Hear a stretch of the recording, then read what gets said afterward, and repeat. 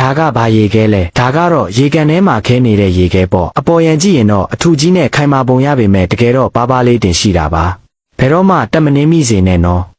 ဒါကဘာရေခဲလဲဒါကတော့ကန်ရေပြင်ပေါ်ကရေခဲပြင်ကြီးပါအပေါ်မှာနှင်းပါးပါးလေးတောင်ဖုံးနေသေးတယ်အရန်ချောတာမှန်ပေမဲ့ငါးကောင်မလေးရဲ့လမ်းပေါ်ကဗရိတ်တက်အကဆွမ်းတွေကိုတော့လုံးဝမဓာစီးနိုင်ပါဘူးဒါကဘာရေခဲလဲဒါကတော့အာလူးမိုင်းရေခဲလို့ခေါ်တယ်မြင်နေရတဲ့လမ်းမတွေကလှည့်စားချက်တွေကြီးပဲနင်းလိုက်တာနဲ့ချက်ချင်းအကွဲသွားတတ်တာတုံတုံချီချီနဲ့ခီးနှင်ခဲ့ရပေမဲ့တနေ့မှာတော့ဘေးကင်းရာကုန်းပေါ်ကိုမူချရောက်ရှိမှာပါဒါကဘာရေခဲလဲဒါကတော့မှန်သားပြင်ပေါ်မှာပြောင်ချောနေရဲ့မှန်ပြင်ရေခဲပါစောလို့ကောင်းတာတော့မှန်ပေမဲ့ငါစောင့်ကြည့်နေတာရက်တော်ကြာခဲ့ဟာဖိချလိုက်တာလားကိုဒါကဘာရေခဲလဲဒါကတော့စိုင်လီမူကန်မှာအင်မတန်မြင်ရခဲ့တဲ့လက်ရောင်ရွှေရောင်ရေခဲပြင်ဖြစ်ပါတယ်ဒီဗီဒီယိုလေးကိုကြည့်မိတဲ့အသေးကြော်လေးတွေအားလုံးအရာရာအဆင်ပြေချောမွေ့ပြီးကိုစီလင်းလက်တောက်ပတ်နိုင်ကြပါစေဗျာဒါကဘာရေခဲလဲဒါကတော့အရှိမြောက်ပိုင်းကရေခဲချင်းပါ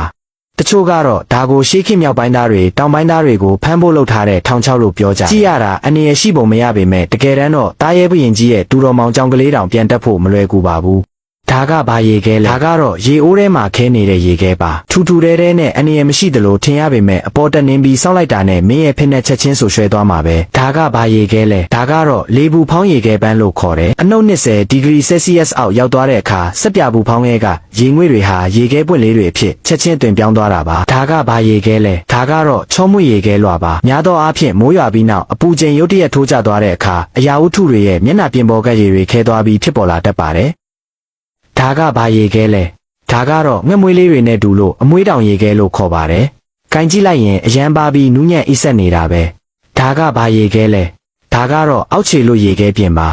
အပေါ်ယံမျက်နှာပြင်ပဲရေခဲသွားပြီးတနင်းလိုက်ရင်ကြွကြွ